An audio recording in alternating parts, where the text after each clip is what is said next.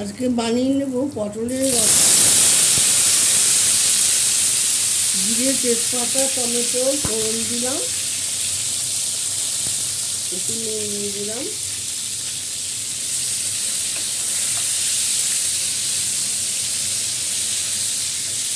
পটলগুলো দিয়ে দিচ্ছি, আলুটাও দিয়ে দিলাম,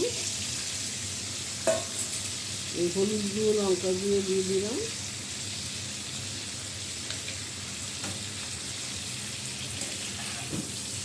গরম পড়ে গেছে, পটলের রসা খাওয়াও শুরু হয়ে গেছে।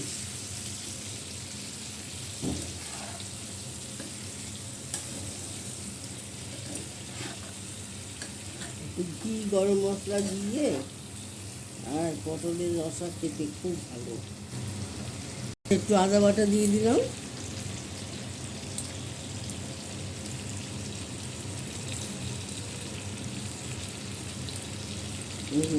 হোমমেড গরম মশলা দিয়ে দিচ্ছি,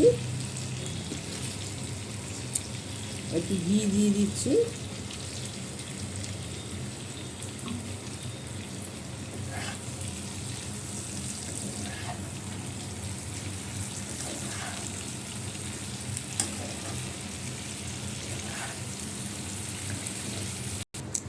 একটু মিষ্টি দিয়ে দিলাম, গুড় দিয়ে দিচ্ছি,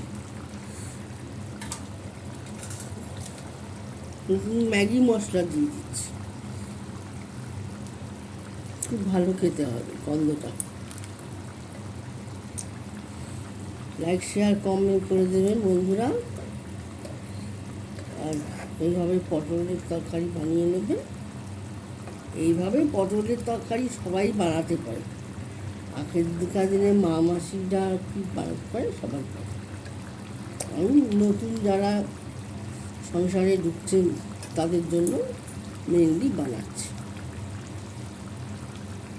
ফেসবুক থেকে দেখলে ফলো করবেন, আর ইউটিউব থেকে দেখলে লাইক করবেন।